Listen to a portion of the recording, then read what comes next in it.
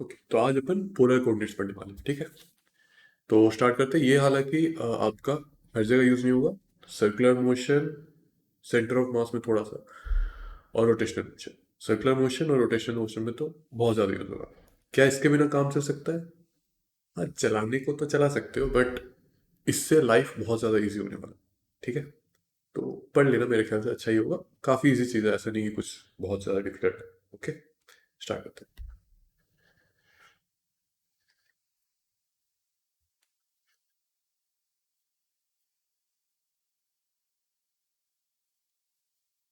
Polar coordinates.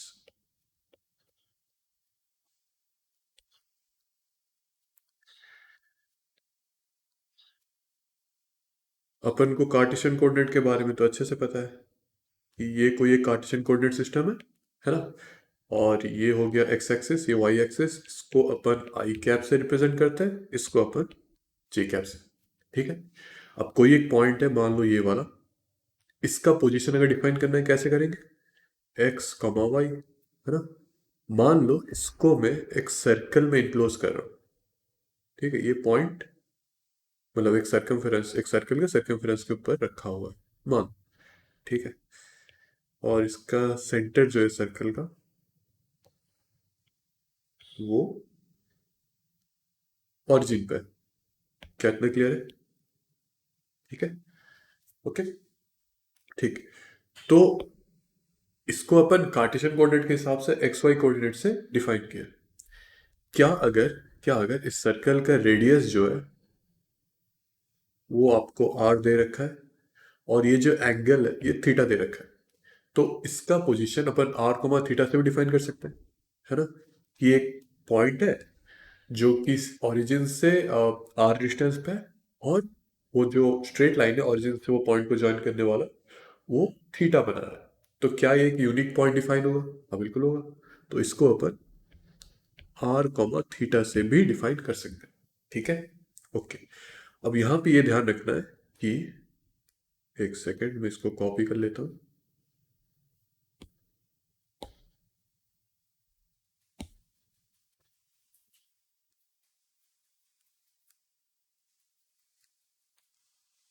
कि ये जो आर है उसका डायरेक्शन, इसको ऐसे लिखता हूँ, R cap unit vector obviously.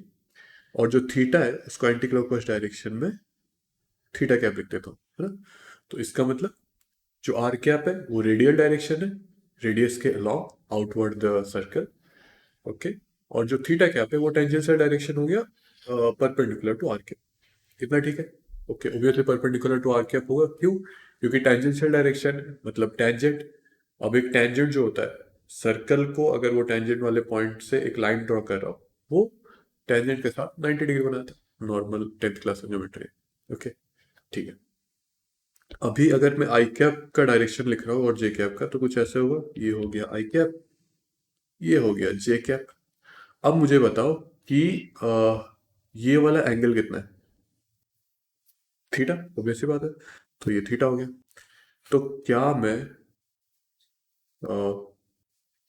Are unit vector को आई cap cos theta plus J cap sine theta लिख सकता हूँ, कॉम्पोनेंट में रिजॉल्व करके, ठीक है। वैसे ही थीटा कैप को ऐसे लिख सकता हूँ कि आई कैप लिखते हैं पहले, minus I cap sine theta plus J cap cos theta, ना, ठीक है, ओके। तो ये आर कैप यूनिट वेक्टर हो गया आई कैप जे कैप के फॉर्म में, या फिर टर्म्स पे। थीटा कैप जो है वो टेंजेंशियल वेक्टर है, आई कैप जे कैप के टर्म्स पे क्या होगा दे दिया मैंने, ठीक है। अब अगर ये जो पॉइंट है वो कॉन्स्टेंटली मूव कर रहा है, अगर मूव कर रहा है, अब कांस्टेंट स्पीड से कर सकता है, वेरिएबल स्पीड से कर सकता है, किसी भी स्पीड से कर सकता है। मैं बस इतना चाहता हूँ कि सर्कुलर मोशन ही कर रहा है। तो क्या थीटा वेरी करेगा विद रिस्पेक्ट टू टाइम? करेगा, ओके, ठीक है। तो मैं क्या करता हूँ, इसको डिफ्रेंशिएट करता हूँ आर कैप को, कि D R upon D T. तो ये क्या हो गया, आई कैप तो कांस्टेंट है, cos theta minus sine theta D theta upon D T plus J cap constant cos theta D theta upon D T. अब अगर मैं D theta upon D T को बाहर ले रहा हूं तो क्या ये कुछ ऐसा दिख रहा है, minus I cap sine theta plus J cap cos theta. तो इसको मैं D theta upon D T theta क्या लिख सकता हूं, कोई दिक्कत है नहीं। अब यहां पे D theta by D T क्या है, ये जो पार्टिकल है वो सर्कुलर मोशन कर रहा है ना। तो थीटा वेरिएबल है, with respect to time change हो रहा है। अब पहले यहां पे था, फिर उसके बाद यहाँ पे कुछ पोजीशन होगा, फिर यहाँ पे पोजीशन होगा। तो हर पॉइंट पे उसका एंगुलर पोजीशन चेंज हो रहा है ना। तो इनिशियली थीटा वन था, लेट से मान लो 3 रेडियन था, उसके बाद 4 रेडियन हो गया, उसके बाद 10 रेडियन हो गया, जो भी है। तो इसका मतलब इसका एंगुलर पोजीशन चेंज कर रहा है विथ रिस्पेक्ट टू टाइम। तो उसको अपन एंगुलर वेलोसिटी बोल सकते हैं, है ना। तो ठीक है, तो ये जो D theta upon D T होता है इसको अपन एंगुलर वेलोसिटी बोल सकते हैं, जिसको ओमेगा से रिप्रेजेंट किया जाता है। ठीक है, ये एक वेक्टर क्वांटिटी है, तो इसका डायरेक्शन क्या है। अभी अगर मान लो कोई सर्कल है, एक पार्टिकल सर्कुलर मोशन कर रहा है इस डायरेक्शन में, और उसका एंगुलर वेलोसिटी लेट से ओमेगा दे रखा है। ठीक है, तो इसका जो डायरेक्शन होता है वो अपन राइट हैंड थंब रूल से निकाल सकते हैं। कैसे कि जो जिस डायरेक्शन में वो चीज़ रोटेट कर रहा है, अपना फिंगर्स को उसी डायरेक्शन में कर्ल कर लो, और जो थंब है वो रिप्रेजेंट करेगा डायरेक्शन ऑफ एंगुलर वेलोसिटी, है ना। तो ये यहाँ पे ये क्या एंटी क्लॉक है, क्लॉक है, एंटी क्लॉक है।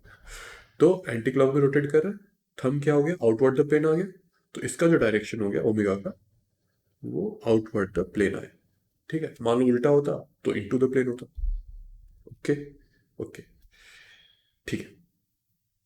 अभी अगर अपन, अच्छा इसको ऐसे भी लिख सकते हैं, इसका मतलब ओमेगा टाइम्स थीटा क्या, कोई दिक्कत बिल्कुल नहीं। ठीक है, अभी अपन अगर थीटा कैप को डिफ्रेंशिएट कर रहे हैं, यहीं पे कर ले साइड में कहीं। Okay, D theta cap upon D T. तो ये क्या आ रहा है, minus I cap cos theta D theta upon D T plus, sorry sorry sorry, minus J cap sine theta D theta upon D T. Okay, तो यहाँ पे D theta upon D T को कॉमन ले लेता हूँ, तो ये कुछ ऐसे आ जाएगा, D theta upon D T whole minus D theta upon D T whole cos theta I cap plus J sine theta. तो इसको मैं ऐसे भी लिख सकता हूं कि minus omega times radial vector, है ना। तो अगर मैं थीटा कैप को डिफ्रेंशिएट कर रहा हूं तो वो रेडियल वेक्टर दे रहा है, बट उल्टा डायरेक्शन, मतलब यहाँ पे रेडियल वेक्टर इस डायरेक्शन में अपन ने पॉजिटिव एज्यूम किया, तो डिफ्रेंशिएट करने के बाद अगर मैं थीटा कैप को डिफ्रेंशिएट कर रहा हूँ तो रेडियल वेक्टर इस डायरेक्शन में आ रहा है। इतना क्लियर है, ओके, ठीक है। अब चलो, इतना ही पोलर कोऑर्डिनेट होता है, बट एक छोटा सा चीज बता देता हूँ कि जरूरी थोड़ी है कि ओमेगा कांस्टेंट हो, ये भी तो हो सकता है ओमेगा वेरी कर रहा है ना।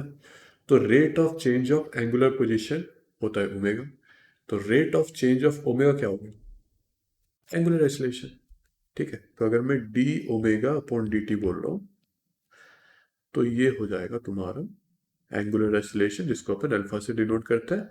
इसका डायरेक्शन निकालने का जो तरीका है एग्जैक्टली वही है जो कि मतलब ओमेगा का है। मतलब मान लो अगर कोई पार्टिकल सर्कुलर मोशन कर रहा है, ये सेंटर हो गया, इसका एंगुलर एक्सीलरेशन मान लो अल्फा है, तो इसका डायरेक्शन क्या हुआ, कर्ल एक्सीलरेशन के डायरेक्शन में, हम उसका डायरेक्शन। ओके, तो angular acceleration anti clockwise, thumb outward the plane. तो अल्फा का वैल्यू जो भी है आउटवर्ड द प्लेन आएगा। इतना ठीक है, ओके। तो यहीं पे अपन कंक्लूड करते हैं अपना पोलर कोऑर्डिनेट। इससे डिटेल अगर जाना है तो जा सकते हो, बट ज़रूरत नहीं है। ठीक, ओके। तो मिलते हैं अगले लेक्चर में, तब तक के लिए have a good day, see you.